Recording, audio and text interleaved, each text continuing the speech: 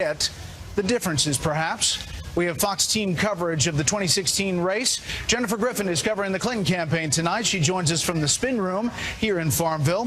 First up, though, chief political correspondent Carl Cameron is outside the debate hall and starts us off tonight with the latest on Team Trump. Good evening, Carl. Hi, Brett. Well, Governor Mike Pence of Indiana knows that in addition to criticizing Hillary Clinton, he will need to answer and defend a number of controversies that have been revealed over the last year and a half of Trump's candidacy, as well as questions about his temperament. In Colorado, Trump visited with energy executives this morning. She said she's going to put you out of business. Hours before his running mate takes the debate stage, Trump rallied Prescott Valley, Arizona. I want to send our best wishes to our great Governor Mike Pence as he prepares for his debate tonight. Investigation of Hillary Clinton was rigged. It's a shame, and I must tell you, it's one of the saddest things that many of us have ever witnessed in this country.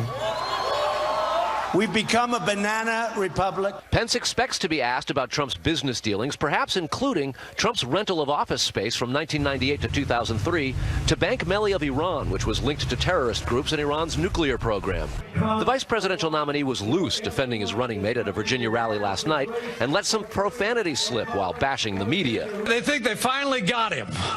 And then they turn on the television the next morning and Donald Trump is still standing stronger than ever before and fighting for the American people. It really is fun to watch, I'll tell you what. Pence knows he'll be asked to explain his own flip-flops on supporting NAFTA and the Trans-Pacific Partnership, as well as the Iraq War, along with opposing Trump's Muslim ban before he joined the ticket and aligned himself with those policies. He has seldom talked about his vice presidential rival on the trail, but last night in Virginia took a shot at Kane. When he was governor of the Commonwealth of Virginia, he left the state $2 billion in the hole. I'm proud to say we've got the largest surplus in Indiana history. With down-ballot Republicans worried that Trump could hurt their election hopes, New Hampshire Republican U.S. Senator Kelly Ayotte, who has long criticized Trump, tripped up in a debate last night. Certainly, there are many role models that we have. I believe can serve as president, and so absolutely, I would do that. Ayotte issued a statement saying she misspoke and thinks neither Clinton nor Trump are good examples. For Pence, the challenge tonight is defending what critics call Trump's erratic temperament and xenophobic racist rhetoric, while keeping the emphasis on Clinton criticism. But Pence say don't expect a lot of smash mouth or name calling, noting that it was Trump himself who said he didn't put Pence on the ticket to be the attack dog. And after all, voters have seen that Trump pretty much has that part of it covered. And yes, Brett, there will be live tweeting from Donald Trump tonight during the debate. And that will be interesting, worth following. Carl Cameron live just down the road here. Hillary Clinton is trying to shore up what looks like a growing lead over Donald Trump in the key swing state of Pennsylvania, while she cheers on her VP choice. Fox News correspondent Jennifer Griffin has the Clinton campaign story today from the spin room. Good evening, Jennifer. Good evening, Brett. Hillary Clinton just took questions from reporters traveling with her in Pennsylvania. She was asked about her husband's remarks about Obamacare, in which he called it the craziest thing he'd seen. She said they would fix what's broken and keep what works. She also attacked Donald Trump on his recent remarks about veterans with post-traumatic stress, suggesting that his remarks added to the stigma, suggesting that some could handle the stresses of war and others can't. Asked how she thought her running mate would do in the debate tonight, Hillary Clinton answered with a thumbs up. Latest polls show Clinton pulling ahead among women voters, especially white women in the suburbs of Philadelphia. Clinton was asked by a 15-year-old girl in the audience about Trump's recent body-shaming remarks involving a former Miss Universe. As the first female president, how would you undo some of that damage? We need to laugh at it. We need to refute it. We need to ignore it. And we need to stand up to it, and especially the bullying. There are too many young women online who are being bullied. Donald Trump made about veterans suffering with post-traumatic stress, adding he feels sorry for Mike Pence. What a hell of a way to make a living, to be vice president, have to get up every morning and support someone you don't agree with. Maybe he does. The Trump campaign expects Tim Kaine to be the one on defense. You're going to see tomorrow a feisty Mike Pence take on the record of Hillary Clinton and hold her accountable for the failures because of her policies as Secretary of State, also as United States Senator. Talk about an unremarkable record. As the two vice presidential nominees prepare to square off in Farmville, recent polls show Clinton making gains in certain key swing states, but not in Ohio, where she is trailing by 5 points. A new Quinnipiac poll shows Clinton up by 3 in North Carolina, 4 in Pennsylvania, and 5 points in Florida. Clinton's campaign chairman wondered out loud about Pence's strategy tonight. Does he double down on the bigotry and the kind of campaign, the negative campaign that Donald Trump has run from the beginning? He tried to preserve his own political future and kind of distance himself from that. According to the latest Fox News poll, more voters have a positive than negative view of Kaine and Pence, but 3 in 10 don't know who they are. In the spin room, campaign spokesman Jen Palmieri acknowledged that the Clinton campaign is having some trouble, especially among white voters in Ohio. It's not clear how Tim Kaine will appeal to those voters tonight, especially since he was in favor of some of those trade deals like the TPP. Brett? Jennifer Griffin live in the spin room. Jennifer, thank you. So who do you think will win tonight's debate and why? Let me know on Twitter at Brett Baier. You can use the hashtag Special Report or on Facebook at facebook.com/BrettBaierSR. What a difference 6 years makes. Tonight, Democrats are turning on President Obama's health care law publicly, openly, pointedly. Correspondent Doug McKelway back in Washington on why some are jumping off the Obamacare bandwagon. We've got this crazy system where all of a sudden 25 million more people have health care, and then the people are out there busting it sometimes 60 hours a week, wind up with their premiums doubled and their coverage cut in half. It's the craziest thing in the world. Bill Clinton's criticism appeared to echo that of conservatives and Republicans, the very people whom President Obama blamed for the law's shortcomings, in a New York Magazine interview published October 2nd, in which he said, quote, "You hit a point where if Congress just is not willing to make any constructive modifications and it's all political football, then you're getting a suboptimal solution." Obamacare critics note a key distinction between Bill Clinton's criticism and that of Republicans. The GOP argues for less government intervention in health care, while Bill Clinton was making the case for more. It's the case Hillary Clinton surrogates made today in defending the former president's remarks. The marketplace skews the cost. This is exactly why we've got to do something about premium increases, but I assume also he was including in that prescription drug prices. Which is why she's put forward, Hillary has put forward additional policies, including public option. Critics say there is already a public option of sorts. It's called Medicaid. Under Medicaid, it's not competition which sets the rates at which doctors and hospitals are paid. It's the government. If you push the payment rates too low, then physicians and hospitals stop taking the patients, and then you have access problems. So there's a real tension point around all these questions. While the administration and the Clinton campaign increasingly talk about the need for a public option, they don't often talk about the quality of care associated with a public option. Critics like Capretta maintain that it will only add to wait times as doctors and hospitals opt out, unable to afford the artificially low reimbursements set by the government. Brett? Doug McKelway in the White House briefing room. Doug, thank you. Well, there was not much sizzle behind the smoke today from the founder of the WikiLeaks website. Julian Assange had hinted at revelations about Hillary Clinton that would change the dynamic of the election. Tonight, Trump supporters who stayed up overnight to watch it live are still waiting for something. Chief Washington correspondent James Rosen has the story of a big hype with no delivery.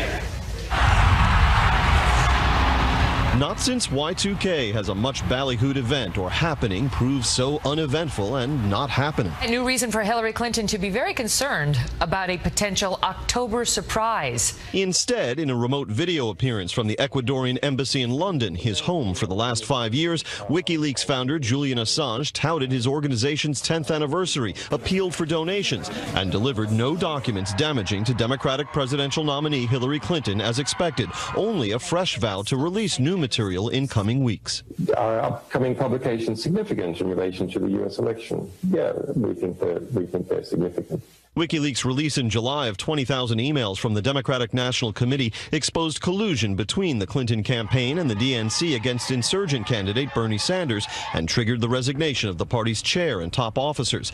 that the Trump campaign is allied with Russian hackers widely believed responsible for the DNC hack. That's a really, really troubling occurrence. That's never happened before in an American election. When FBI Director James Comey chose in July to impeach Clinton's credibility rather than indict her over her use of a private email server as Secretary of State, all eyes turned to Assange with his promises of forthcoming bombshells as the next public figure outside of the candidates on whom the election was thought to hinge. My gut tells me that he does have some information, probably of Russian origin, that he is preparing to use, and that perhaps Vladimir Putin, or whoever else is responsible for this leak, is having second thoughts about the release of that information. The consequences of such a leak, such interference in the American election would be astonishing. As if on cue, someone claiming to be the hacker Guccifer 2.0 posted documents online today purportedly hacked from the server of the Clinton Foundation. The early results appeared to include private data on Democratic donors, but the foundation told us they have no indication of a breach and have not been notified by law enforcement of one. We'll follow that. That's obviously what they said before the DNC leak as well, but we'll check it out. James, as always, thank you. The Obama administration says it is not abandoning the peace process in Syria, but senior officials admit the administration currently has no actual plan now that talks with Russia have broken off and bombs are still falling on civilians in Syria. Correspondent Kevin Cork is at the White House tonight with this story. Good evening, Kevin. Hey, good evening to you, Brett. Despite accusing the Russians of turning a blind eye to the suffering perpetrated on the Syrian people by their own leadership, the U.S. continues to pledge its continued pursuit for peace in Syria. I want to be very, very clear to everybody. We are not giving up on the Syrian people. We are not abandoning the pursuit of peace. We are not going to leave the multilateral field. We are going to continue to try to find a way forward in order to end this war. Meanwhile, the list of critics continues to grow of the president's policies in Syria. Richard Cohen in the Washington Post writing, it has led him into hallucinatory explanations of his decisions. He mangles the facts, jumbles chronology, and in effect holds himself guiltless for Syria's approximately 500,000 deaths, 8 million internally displaced persons, and a tidal wave of immigrants that has destabilized Europe. White House Press Secretary Josh Earnest said today in the briefing that what's happening in Syria, Brett, is heartbreaking, but he says the administration is yet to see a credible alternative to the U.S.'s existing policy. Meanwhile, the battle against ISIS and al-Qaeda continues. We have news of a U.S. airstrike told to Fox News today that may have actually successfully targeted an al-Qaeda leader in Syria. They continue to study the results of that strike. But as David Petraeus told Fox News, it's the placement of civilians near some of these high-value targets that can make a strike like that all the more difficult. In particular, he pointed out that could certainly be the case of a high-value target like Abu al-Baghdadi, for example. There's a question you should ask. Will this operation take more bad guys off the street than it creates by its conduct? You kill lots of civilians, even if you get Baghdadi, and you may actually create more bad guys than you take off the street. Also new tonight, Brett, we have learned in a report that al-Baghdadi may have been poisoned and is said to be near death in Iraq. We'll keep following that story as we learn more, Brett. Kevin Cork live on the North Lawn. Kevin, thank you. And we'll see if we hear about Syria at the debate tonight. An American service member died today after being hit by a roadside bomb in Afghanistan. The Pentagon says the special operations soldier was on foot patrol with Afghan forces in a northeastern province bordering Pakistan. Pentagon Press Secretary Peter Cook called the incident a combat situation, but refused to call it combat when asked by Fox News. This is the second U.S. death from a roadside bomb in Afghanistan since late August, the third commander to die in action there this year. Markets today, the stocks were off. The Dow lost 85, the S&P 500 and the NASDAQ dropped 11. It's a nice live look outside the Beltway from Special Report. We're, of course, outside the Beltway as well. And as we head to break, a behind-the-scenes look inside the debate hall. There are about 600 seats here at Willett Hall. This is the debate site for the vice presidential debate. 100 of these seats will be filled by students at Longwood University. You can see behind me the set. It may look familiar in the backdrop because it is the same. It was transported from Hofstra, the site of the first presidential debate. This, however, is a seated debate at this table. Governor Pence will be on the right side of your screen, Senator Kaine on the left. Senator Kaine gets the first question. There are 9 segments run by moderator Elaine Quijano of CBS. It should be interesting. 90 minutes. Special report continues after this.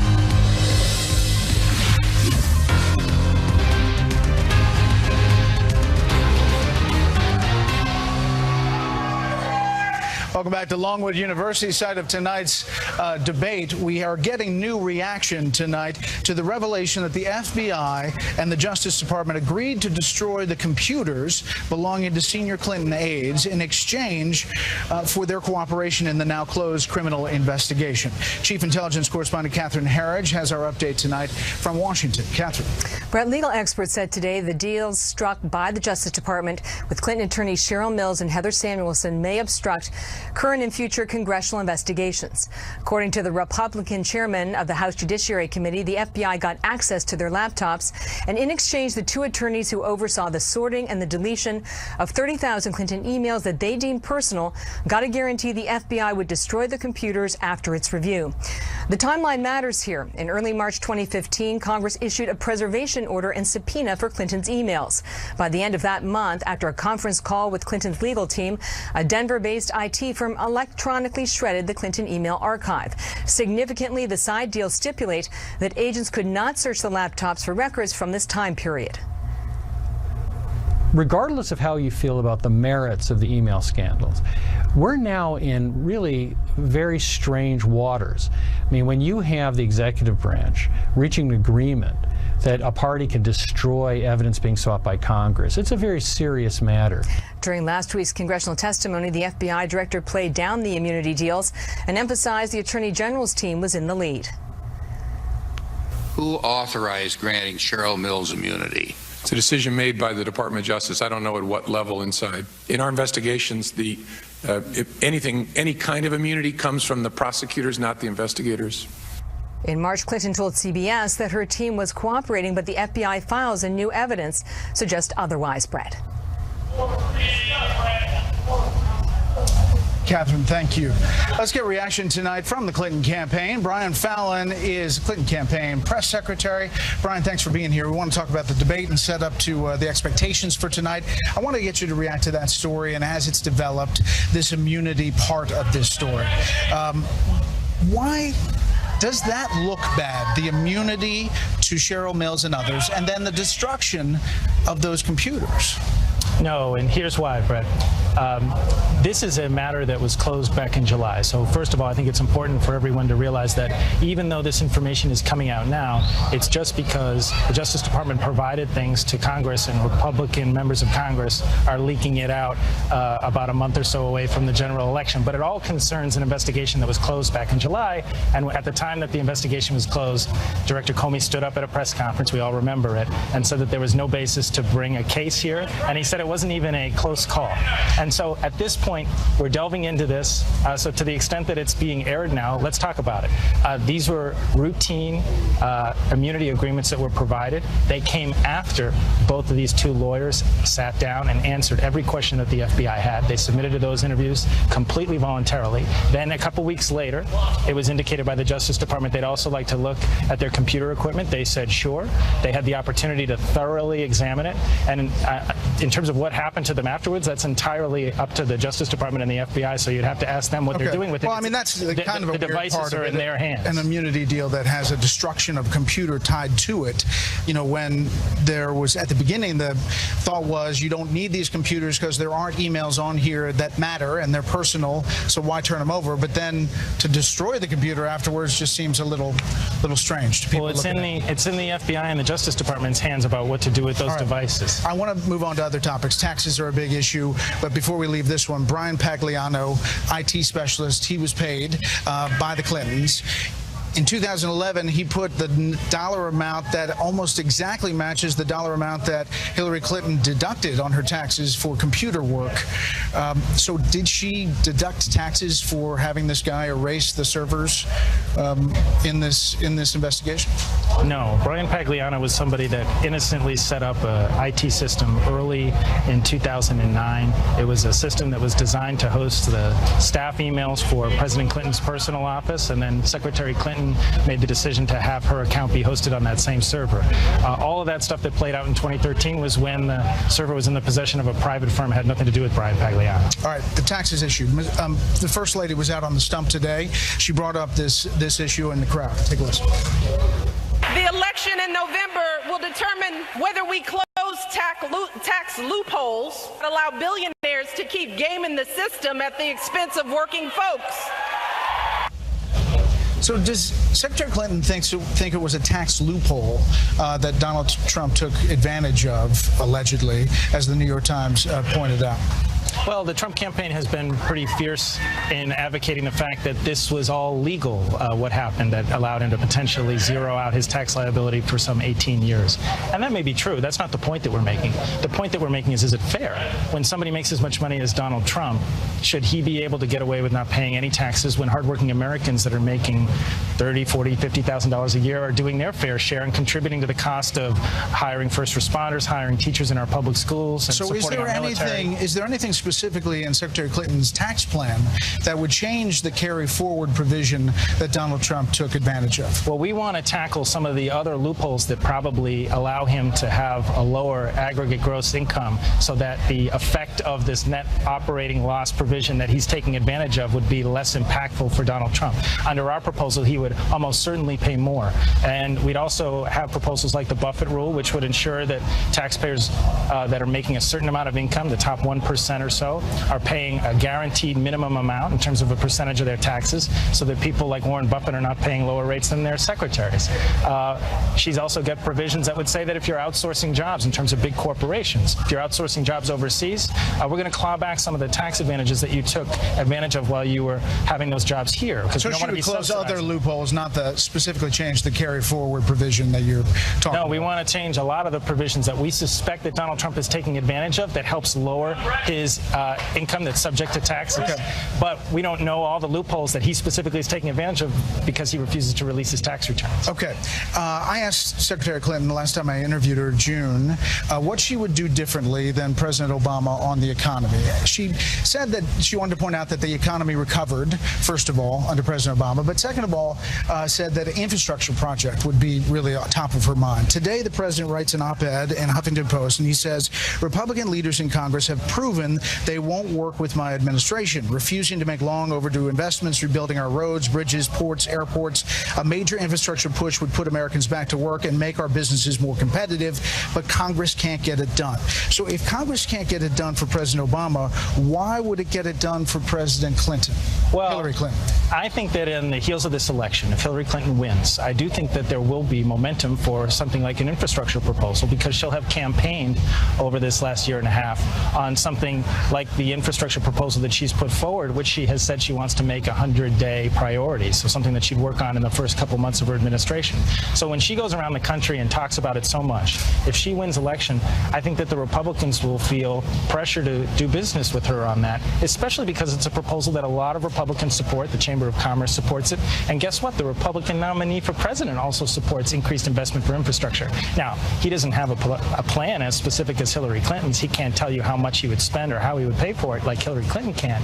But notionally, he said that he thinks that we should be doing that. So at that point, a mandate, if Paul Ryan has his own standard bearer on his side, Donald Trump, who he's endorsed, also saying we need to spend more on infrastructure, I don't know what argument they'd have to not act on it with Hillary Clinton as president. Last thing, expectations for tonight, fiery or policy substance? What is the Clinton campaign looking for tonight? I think this is going to be a very unusual vice presidential debate for the very simple reason that usually in past instances with somebody like Sarah Palin on the debate stage or Dan Quayle back in 1988, you want to see, is this person that was picked as the running mate up to the job if the worst happens? And in this case, you know, for better or for worse, we have our disagreements with Mike Pence, a lot of disagreements, but I don't think his fundamental qualifications are being called into question. The issue for the Trump Trump campaign is the man at the top of the ticket.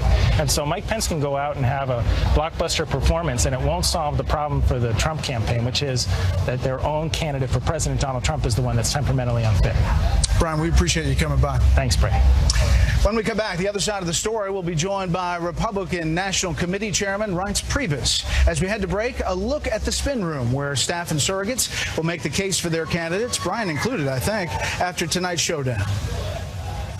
Here at Longwood University, they have a similar setup as we've seen in many debate sites, and this is the media room. You can see all the chairs here. This is where all the reporters will be watching the debate and covering it. There are reporters from all over the world covering this. We don't have the specific number, but there's a ton of them. This actually, until about a month and a half ago, was the recreation center, and you're standing where the basketball courts are in Longwood University. As you walk down here, this is the way to the spin room. That is the place where all of the spinners come to talk to the reporters. Watch your step here, Greg. You walk through right here, and all the networks have a setup, and we'll be covering all the action after the debate from this room here, the Spin Alley. Special report will continue after this.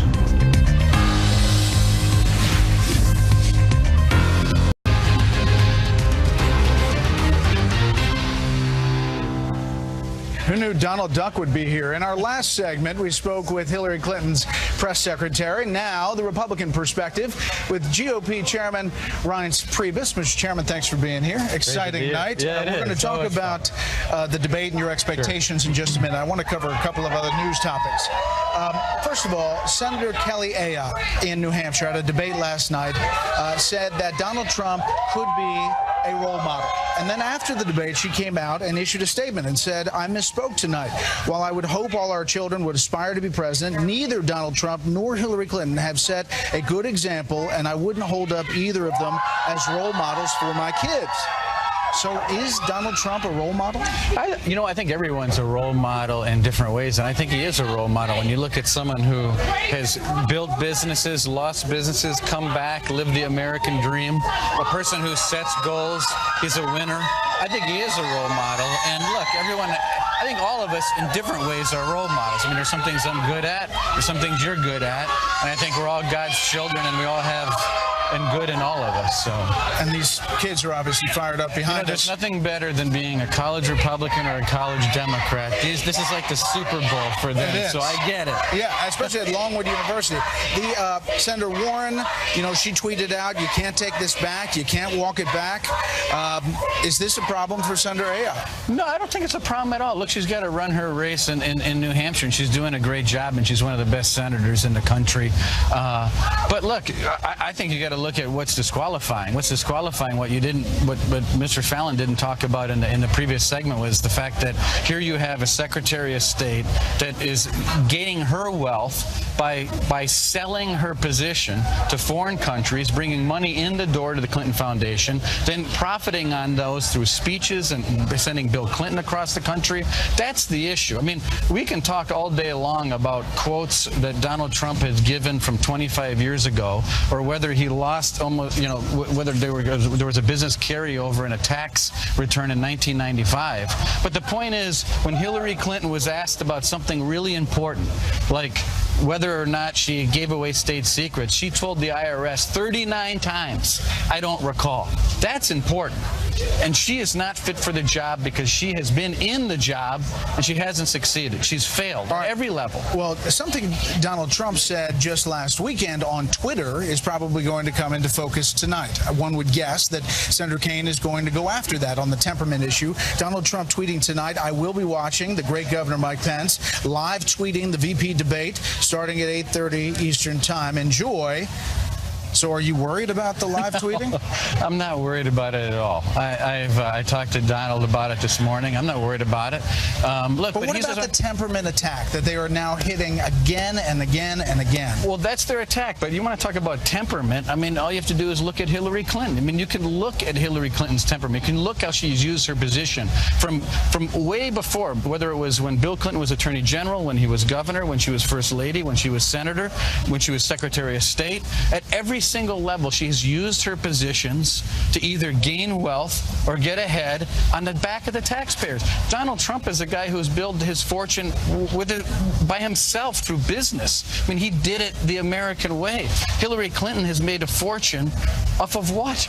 Off of serving the American people? The question is not what Donald Trump's tax return says. The question is, how is it that Hillary Clinton, who has apparently been in public service for 30 years, made $200 million? How's that possible? All right, President Obama, I referenced it in the last interview, wrote an op-ed saying, in a city of self-inflicted wounds, this, talking about the Merrick Garland holdup, is one of the more dangerous, less defensible than most. 202 days since I nominated Merrick Garland to the Supreme Court. On countless priorities, he writes, issues that matter to people across the country, regardless of their politics, Republicans in Washington have traded progress for partisanship. Their obstruction underscores a fundamental misunderstanding of the way our government should work. Your response? My response is when President Obama had full reign over the House and the Senate, they passed a massive stimulus package that totally failed and drove up the national debt and the deficit. He passed Obamacare, which is failing all over the country. Thank God Mitch McConnell, Paul Ryan, and Speaker Boehner came in to stop that agenda. But I would say this, when it came to Keystone Pipeline, he blocked it. When it came to overhauling Obamacare, he blocked it. You know, for the first time in 10 years, Paul Ryan and Mitch McConnell passed the first bicameral budget bill in 2015 in over 10 years.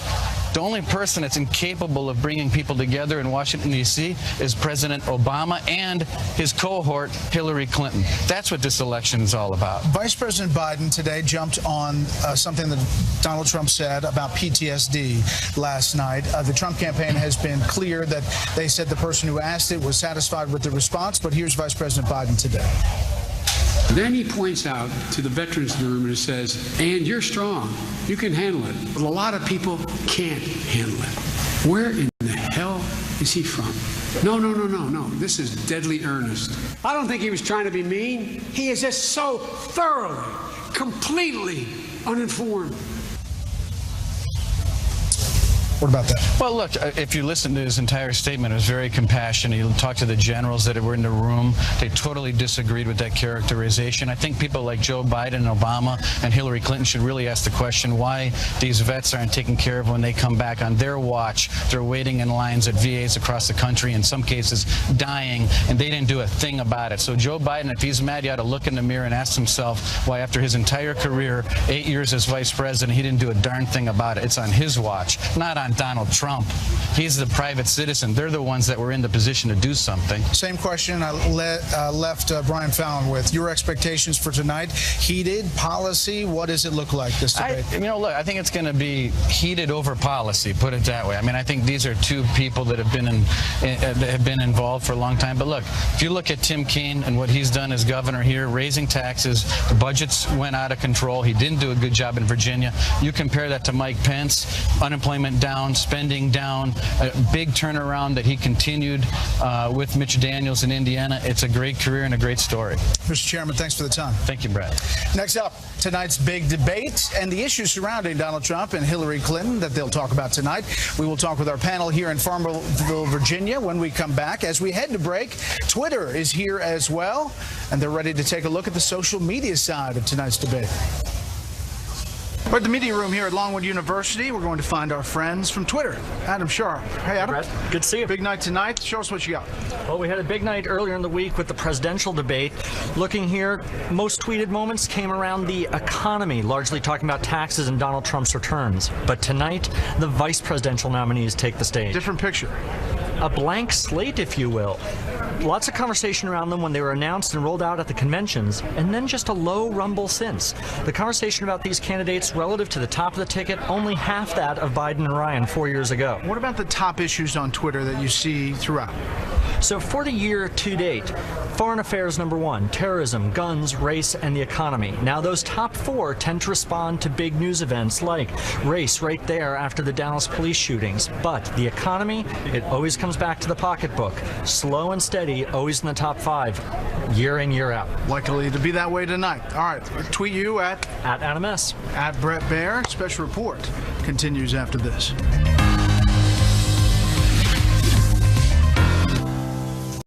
About 2 hours from now, we'll start our coverage, and inside the debate hall, they are just starting to get ready. There you see the set for the vice presidential debate tonight. The latest polls in this race, the average of polls, the Fox index, if you will, has Hillary Clinton with a 2.2 point lead over Donald Trump, and that includes some polls out today and yesterday. Let's bring in our panel. Steve Hayes, senior writer for the Weekly Standard.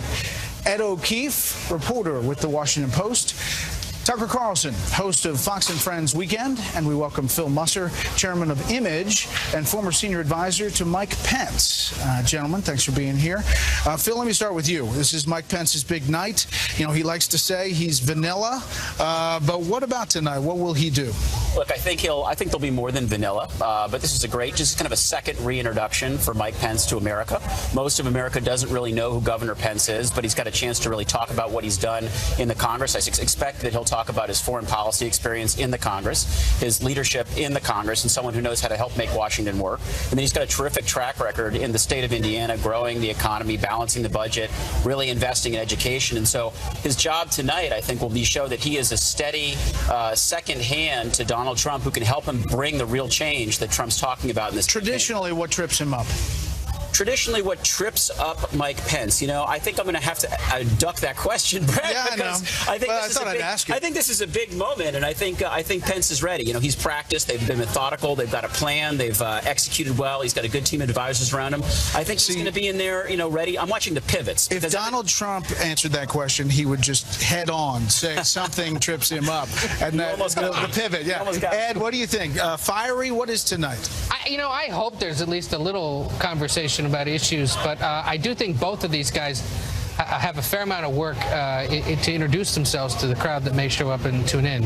I'm struck by, I think now, 4 polls in the last few days that suggest at least 35% of Americans don't know one of these two guys. Pence actually better known than Kaine, and both of them I think have some explaining to do. Look, the nation's on the verge of either electing the oldest guy or the second oldest person ever elected president, and I think Americans have a bit of a responsibility to be aware of who the number 2 could be in the event that something were to happen. Their doctors claim they're in great health. Look, take that with a grain of salt in both cases, perhaps, but it's worth considering that possibility tonight. Steve, your thoughts? Yeah, I think Mike Pence will turn his attacks toward Hillary Clinton, which is typical of a vice presidential debate. That's what they've been doing in debate prep. Scott Walker's been playing Tim Kaine, apparently insisting on being in character the entire time. So when Mike Pence walks in, Scott Walker sticks out his hand as Tim Kaine. So I think of the energy and intensity in that room. Scott Walker, Mike Pence, head to head. Going at it. So I think Pence will turn his attacks to Hillary Clinton. But I also think he has an opportunity here to make conservatives who are uncomfortable with Donald Trump more comfortable with Donald Trump. I mean, Mike Pence is a conservative. He speaks the language of conservatives. He doesn't need focus groups to remember what to say to conservatives. This comes naturally to him. And I think what he hopes to do is put people at ease who have concerns about Donald Trump and his ideology, his philosophy. What about Tim Kaine, Tucker? I mean, he'll be on the attack, obviously trying to link Pence with Trump and probably go after temperament again and again and again?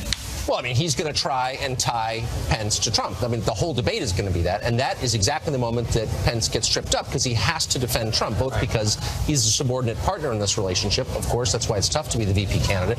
But because also Trump demands that. Trump wants to be defended by his VP. And Pence wins if he takes it to 35,000 feet. He is an ideologue, as Steve said. He's a former talk show host. He's a frequent guest or used to be on talk shows. He's a good debater. But if he pulls it up and says, look, the country is a mess. That's why you've been considering voting for Trump in the first place, and your running mate, Hillary Clinton, is part of the reason it is. If he can keep it there, he wins. If they're down in the weeds defending, this or that comment from Trump, that is not good. There's an interesting moment the day after the debate, the last debate, where Mike Pence appeared on Fox, on America's Newsroom, and did an interview, and he said, this is not so much about candidate versus candidate as it is differing visions, which is an interesting way to frame it. I mean, it's not a way that a typical vice presidential candidate would frame it. I thought it was interesting. I think the Clinton campaign is going to try to make it about candidate versus candidate and separate Pence from Trump. Say, look, Mike Pence, you're reasonable, you're conservative, but you're not crazy, and that guy over there that you're defending is crazy. Over under that Tim Kaine speaks Spanish? Over under. I think Tim Kaine could throw in some Spanish there. Yeah, I mean, I think he'll try and make him essentially Mike Trump. I totally agree with that, and I'm interested to see how the moderation of this debate works too.